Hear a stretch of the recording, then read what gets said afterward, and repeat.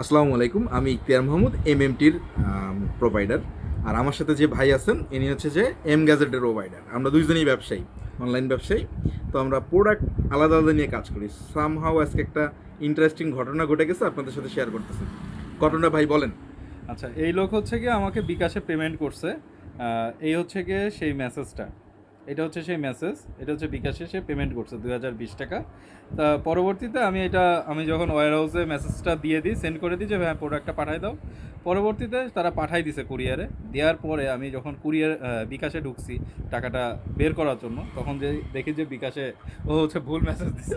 ঠিক আছে, মানে ভুয়া মেসেজ ভুয়া মেসেজ দিছে। ঠিক আছে, ভুয়া মেসেজের বলে হয়েছে কি, এখন তাকে আমরা মেসেজ দিচ্ছি যে ভাইয়া আপনি পেমেন্টটা ঠিকভাবে করেন, আপনার পেমেন্টটা ঠিকভাবে আসে নাই।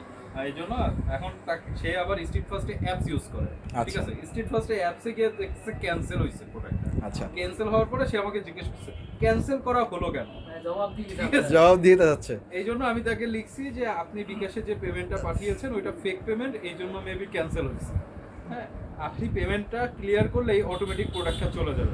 আচ্ছা এখন সে বলছে আমি তো দোকান থেকে দিছি, এটা আমি বলতে পারি না, আপনি অবশ্যই প্রোডাক্টটা পাঠাতে বাধ্য থাকবেন।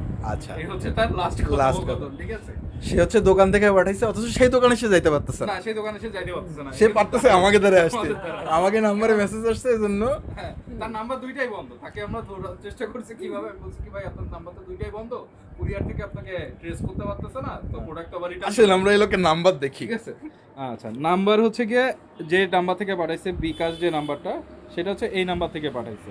ঠিক আছে, এইটা ঠিক আছে।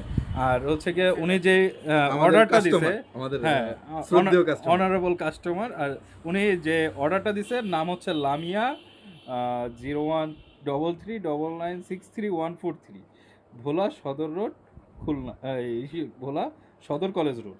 ভাই তাহলে ভোলার লোক কিছুটা। না না না না, এটা বলা যাবে না, এ তো বলা থাকেই না মনে হয়।